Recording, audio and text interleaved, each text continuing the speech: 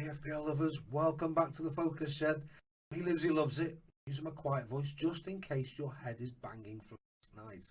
However, we've got important business to attend to, team management, options to consider. Let's go and have a look, see how my team's been going on and what I'm doing, and hopefully that might help me decide, because I haven't fully made my mind up, and maybe we can talk throughout the day and figure out any issues together, guys. Let's go and see what's going on then.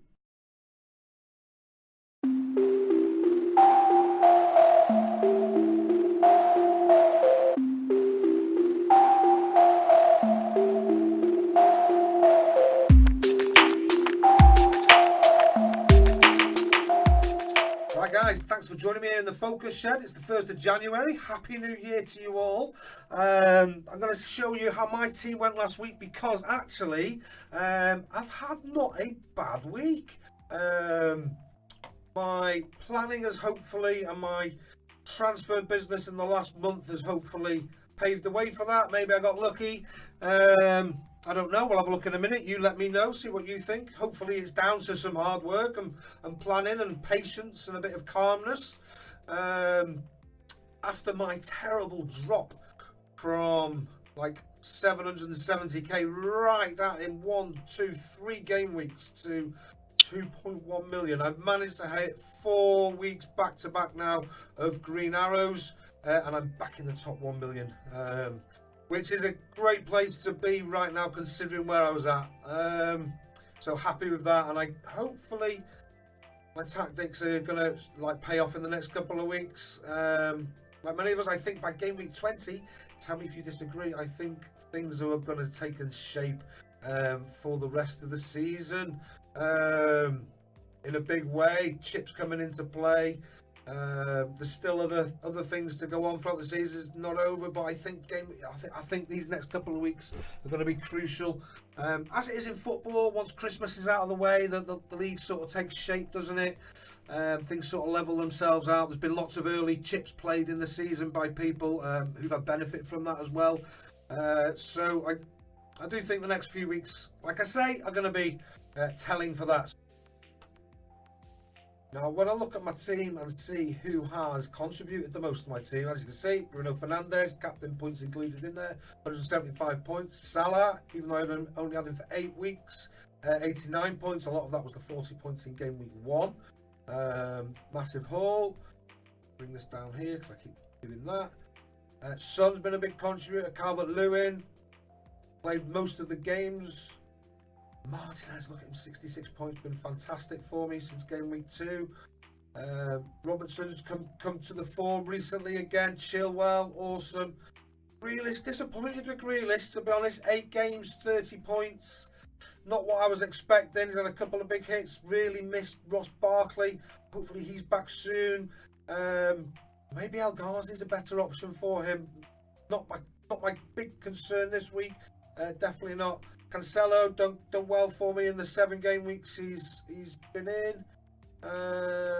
Happy with that.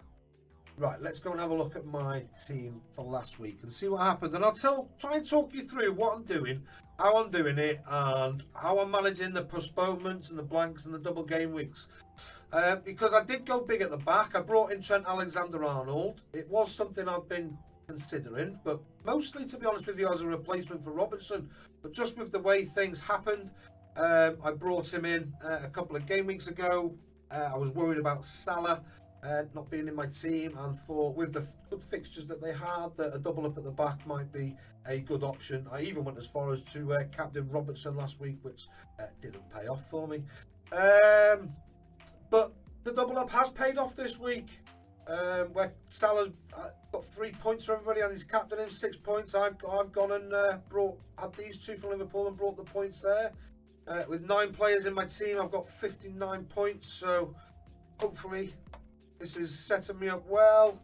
McCarthy, I've got McCarthy and Martinez on rotation, so I managed to get that call right. Happy with that shout. Martinez being my primary choice, to be honest with you. First and foremost, if it's a toss-up, it's Martinez for me. So yeah, happy to bring Mark McCarthy in and get that. So that's got me 6 extra points there, which makes up for where I lost out a few weeks ago when Martinez hit a double-digit 11. I had Mark McCarthy in. But hopefully that can continue. Grealish, I am concerned about Grealish. Let's have a look and say how my team looks for this week, because what I'm concerned about is is Cancelo going to start? Been reading Twitter this morning that looking likely that he hasn't got contacted COVID because he's been into the training facility. So hopefully that's meaning that that's going to be okay for him to start. But whether Manchester City are ready to play, that's one thing to consider. And if they're not, then I lose Chilwell as well, which is not good news because I've also got Lamptey on my bench, who is injured currently, not looking like he's coming back anytime soon. Guys, let me use this opportunity to show you what I now use to monitor the injuries. Lots of people I'm sure know this already. If you're fairly new to FPL, then, or even just, I've been around FPL for 5 years and I've just sort of found this. So that's because I've gone onto Twitter. I've had the permission of the site creator, Ben Dinnery, to share this with you guys. So thanks very much, Ben. Your site's awesome. Keep up the good work. Just as a demonstration, I'm looking at Tariq Lamptey. What's it say about him? He's got a thigh injury. Further details. So the last detail basically we had about Tariq is on this 27th of December, and it was that Tariq is progressing, possibly a little bit slower than we thought, but he's not far away. So again, that is good news. Potential return date, taking all things into consideration, is the 10th of the 1st. So could be some news this morning. Sometimes they come back early, obviously they do, but if there is, I'm going to hit track on this now. Start tracking Tariq Lamptey, yes. Because I've just signed up to this morning, so hopefully I should get any information on this. And I'm going to also track, this is great stuff, Cancelo is not even in the list, so it's just possibly just rumours on Twitter, to be honest with you, which is why this is really good, guys. Link for this will be in the description below. Right, let me show you my transfer thoughts then. Which, by the way, guys, this game week I will be saving until the last sort of half an hour or so before the game, just to see if there's any crazy news like we've had in the last few game weeks. My biggest fear is that Manchester City and Chelsea are not going to be playing, because that will leave me with 2 defenders. In that case, what I'll do is I'll be taking Chilwell out, basically because with my tactics to play no chip in game week 18 and build my team, Chelsea don't feature in that, whereas Manchester City do. Liverpool players, obviously I need those for today as well. Lamptey has a possibility to be back for this fixture here also, so if he's not going to play this week, he's not going to be playing next week, and then the week after I'm free hitting anyway, so I can always bring him back in, which is not something I like to do, but with that in mind, I would probably bring in, it's an extra transfer, but if this is what happens, then it's what happens. I think I would probably bring in Stuart Dallas from Leeds, even though he doesn't play in that game week 18. I don't want players in my squad that I've not been keeping an eye on, and I've been keeping an eye on Dallas. You know, I've been watching and envious. I went for Ayling earlier in the season. Dallas, ifs and buts at the beginning of the season, only 3 returns in his first 8 games, but in his last 8 games, 6 returns, which is pretty awesome, and good returns at that. Getting in on the bonus point, double-digit hauls, 12, 6, 5, 7, couple of blanks, 8, 5. Like I say, compared to the first 8, 0, 6, 6, only 3 returns. So I can see why people may have had him at the beginning of the season. They were unsure because he wasn't a defined right back, but he's definitely playing sort of like in those midfield roles now.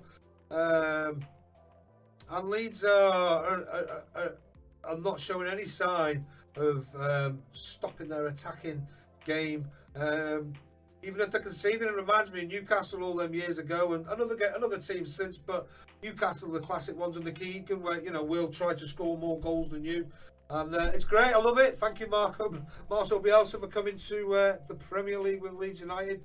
Great to watch. So I want Stuart Dallas in my team. Excited to have in your team, and I would bring him in. I know he'd go on the bench next week, but that next week would then leave me with Cancelo, Lamptey, hopefully, and I plan to transfer out one of these. These were always a 3-week game punt to Diaz, whoever does the best this game week. But it's looking like Alexander-Arnold will be on the way out and Robertson will be staying because he's just playing better. I don't know what's going on with Alexander-Arnold, to be honest with you. Liverpool fans, do tell me. I was thinking he might be getting fit and I'll be bringing him in to replace Robertson, but there's just absolutely no way that'll be happening at this moment in time. So that's what I'll be doing if the Manchester City-Chelsea game is cancelled this week, because that'll give me 1, 2, 3 in defence, 1, 2, 3, 4 in midfield, and then 3 up front. I'll have a 3-4-3, and I'll just leave it at that. No hits at all, and that's a build for the future. There's a sacrifice to make. But I'm not throwing transfers away willy-nilly. Let's have a quick look at that while we're talking about it, guys, because I was chatting to 1 or 2 league members. Paul Jones specifically was the first one who was talking to me about this, Murmur FC, and he was, as a new player this season, his head's baffled by what to do. I mean, experienced players' heads are baffled about what to do about these game weeks coming up this season with the implications of postponements and new game weeks being added here and then, new extra teams to the doubles, etc. But this is from FPL Zhou. Again, permission from the man to share it. So thank you, Zhou. Link will be below. Give him a follow on Twitter. He's part of FPL Expectations, a YouTube channel as well. And I'll leave a link for that underneath as well, where you can actually go and watch him describe this flowchart in great detail as well. I think it was a stream just before Christmas. I'll put the link for that below too, guys. So thanks for that. But here is that image. I go down this flowchart in an order of no, then yes, and it gives me that final answer of bring in more game week 18 players and play free hit 19. It wasn't that I used this and went, I'm going to use that as my strategy, although that could be used for this. I basically looked at this and went, cool, my strategy seems to be an accepted one, or doesn't seem to be that out there that it's not considered. And that is the point of me sharing this, guys. Everybody's team is different. Everybody plays the game how they see it. The way we interpret stats is different. Sometimes I find I look for stats and like to back up my decisions and forget the stats that don't back up my decisions as well, for example. And we all see different parts of football games. Games I see where I'm in and out with the kids and things like that as well. So there are some options here. If you're not, follow this down and maybe it can help you put a plan together. But big thanks to FPL Zhou, because this must have taken ages to put together in terms of consideration and thinking, and it's been made very simplified for the likes of you and me to follow, guys. So absolutely awesome stuff there, able to share.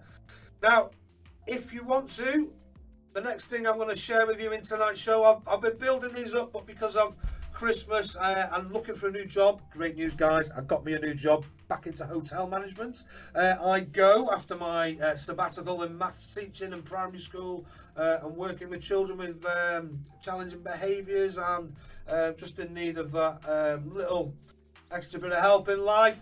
That love is here for you now, guys. So if you're struggling with anything this year, not just FPL, come onto Twitter, chat to me there. But more importantly, hopefully, I'll share it in a little bit. The Discord forum, I've simplified it. I'm desperate to get chatting in there. I've been chatting on there this morning with Blonde, like physically chatting, like conversations in there as well. and it's a lot, hopefully a little bit more intimate, and we can have those conversations. And so I really want to push each other. I really want you to challenge what I'm saying, and I really want to look at your team and what you're thinking, and challenge what you're thinking. Not to be better, in my opinion. I see a lot of that on Twitter. Absolutely not. I don't think that can sort of like be proven until after the football's been played, if you like. And I'm not particularly interested in being proven right. That's like a personal thing. Like, I've made my choices correct. Like when the double sheet I got for Liverpool and this weekend, there's no part of my body that celebrates Liverpool playing well, and that's not being bitter. I'm just an Evertonian, and that's just how it works. But what I do celebrate is the fact that I thought that was going to happen, and I was able to predict that. And that I was able to analyse stats, analyse team performance of the opposing team coming there, of the way the team are playing, and that's how I sort of play FPL. And I want to have those hard conversations around that. I've got no room for taking offence by you telling me that my choices are not good. If you're going to tell me why, and then show me stats, and then bring up things to do that. And I want to be able to do that for you, and I want to engage a community that do that for each other. I want this league to be the strongest league that you see on the front page of the leagues. Let's what's the status? This here, best leagues at the moment: Fantasy Football Scout, Let's Talk FPL, Unibet Fantasy League. Not quite sure what that one says, I'm afraid. And the Fantasy Football Fix. So interestingly, lots of the big sort of sites, one of the biggest YouTube channels out there, probably the biggest in terms of followers, subscribers now. Fantasy Football Scout, Fantasy Football 6. These are the websites that people are using, tools to improve their game. So interesting that their leagues are the best, and it's the average score of the top 5 teams in the league. So you can imagine people are watching this channel, are using these tools to improve their game by communicating, and that's what I want. I want the top 5 players in this league to have been pushed on, because you and I have had a right good chat about it. Not just you and I, you and other members of the league, and you've pushed each other on to win this league. Obviously, that we'll find out at the end of this league who's really loved it this season, who's put in that, commitment and really pushed, and but ultimately, like, I know we're all in sort of like mini leagues that with friends and things like that as well, which I want this to be as well, of course. But I'm in a mini league that there's 4 of us that I've been in for a few years, and that for me is like where I want to be top of. I've just gone there by a few points this week. It'll change probably this week. It did all last season. We seem to overtake each other and ups and downs. But I get to that point at the top, and I'm looking above me in the Who Really Loves It league now, seeing and what can I learn from players above me, and that's how I want it to be, guys. So rant over.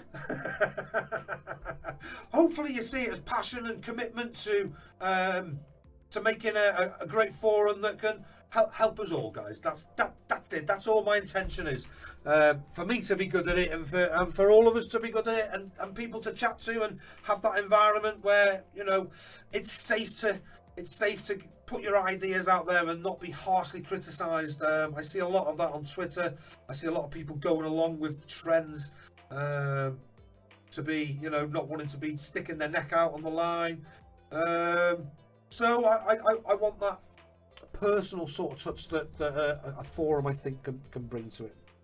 And it'll be good. I've just found out this morning for us to stream and get you involved in chatting in the channels as well, because if you've got a video camera and all set up like this, then I'll be able to do that through that as well. So all good. Right, I'm getting a bit of a dry throat. Let's have a look and see a quick show of this. I'm not going to go massively into it because this video's gone on longer than I thought already. But hopefully some good stuff in here for you guys. This is Live FPL. Most of you probably use it already. If you don't, go check it out. livefpl.net. I'll leave the link underneath here. But what's interesting about this, guys, is they've just created a transfer planner. You can sign up there, you enter your FPL ID. I've already got mine. This is an amazing tool. If this is the type of thing you like to do, I've got a lot of it in my head this moment in time. But basically, you can go and choose all the game weeks and transfer your team in and out. See who you're going to be, like who you're choosing for your captains. It brings all your fixture difficulty in there as well. Tells you who the fixtures are for this game week. And I can just go to sort of like game week like 19, and I can start planning my team.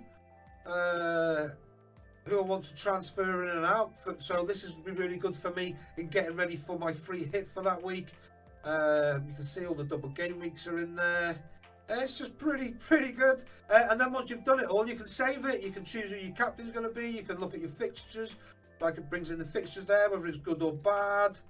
It takes you to that game week 19. So you're looking at your players in the coming weeks. It's just a pretty great bit of kit, guys, to be honest with you. And I'm probably going to go and use it myself. So massive thanks to livefpl.net. Ragabolly, I think your name is, Guy. I've followed you on Twitter. Again, another link in the show. Sorry, in the description below here, guys, for you. Now, if the game does go ahead, and guys, I urge you to think of these sort of considerations for your own team. The game does go ahead, fingers crossed it will, then, well, I've got 4 players. I've got enough players with the ability to have somebody on the bench. Team would look like, let me show you, and we'll come back to this in a second. Team would look like this. Chilwell would be my first bench option. Double Liverpool attack, Martinez in goal, Cancelo, Saka. I've currently got the captaincy on Son, vice captaincy on Fernandez. I expect that to wreck my head for the rest of the day. Yeah, that's a tough one. But I'll be having chats about that. But I think it will stay on Son. Leeds will attack Tottenham, and I think Son is just set up. Harry Kane, I think, will be getting some assists, and Son is just, I think, the one to exploit Leeds, just as Man United did a couple of weeks ago. So, yeah, no, I think it's going to stay there. Aston Villa have been good defensively. Martinez, pretty solid. Probably concede this week, then so will McCarthy. Hence why Martinez in goal. He is my number 1 choice goalkeeper. It's almost a bit of a coin toss. I think this week between those two, or when it's a coin toss, it's Martinez for me. In terms of fixtures, Saka back into my team. Very happy. My new signing last week. I did start him on the bench, but did expect, to be honest with you, Andy Robertson to be rested, but doing really well. I think he played an advanced right wing role last weekend. Stuff I was reading, didn't get to see much of the game, to be honest with you. But when I did chat to FPL Nima, he was saying to me that basically he's been man of the match for Arsenal in the games that he's played, and look, he's back in the team. In fact, given an early rest here, ready for the next. Oh no, he took a little knock, but looks like it's going to be okay. So maybe Arsenal have turned. It's hit that turning point with that big win against Chelsea. Got that result away to Brighton 1-0. They're very, really important. So that could well be the turning point for Arsenal. I think lots of people looking at Martinelli as well, but I just think, for me, Saka is a little bit further down the road to consistent minutes, more than Martinelli is. So a safer bet for your teams, and a good price as well. Great for me in terms of what I want for my bench.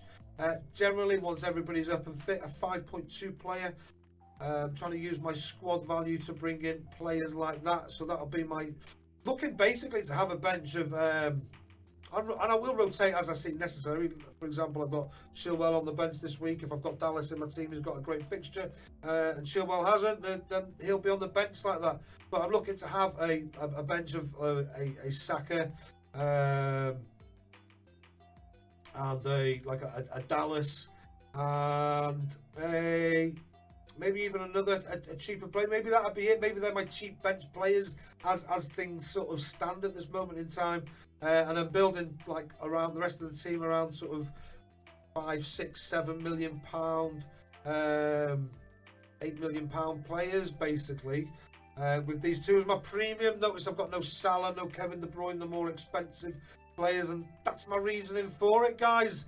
Those are my tactics. That's my strategy for coping with COVID, really, and postponements. Just a stronger bench and having the cheaper premiums in midfield. I'll be looking to replace Grealish if he carries on with El Ghazi.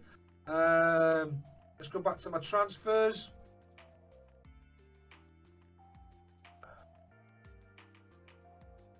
In the coming weeks, and I'd look to bring him in now, to be honest with you, because if you look at his stats, thanks to Fantasy Football Hub, in the last sort of 5 game weeks, or even further back, 6 game weeks, you know, he tops the charts for points for midfielders, which is the currency. Shots, he tops the charts for that for midfielders. Shots on target, he tops the shots for that for midfielders. Maybe I should be bringing him in this week for James Rodriguez, which, if the game against Chilwell and between Manchester City and Chelsea goes ahead, that is going to be my transfer out. But I'm just concerned having 3 players from one team and what that means moving forward. I've not got a triple up. I think that has to be considered. So it will be, for me, a replacement, a Grealish to El Ghazi replacement.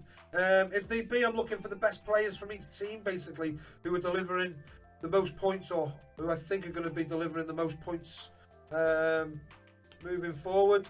And that's what I've pretty much got, and consistently as well, which I think is what I've got here in my team. So El Ghazi is a shout for Villa, but I've got 2 Villa players.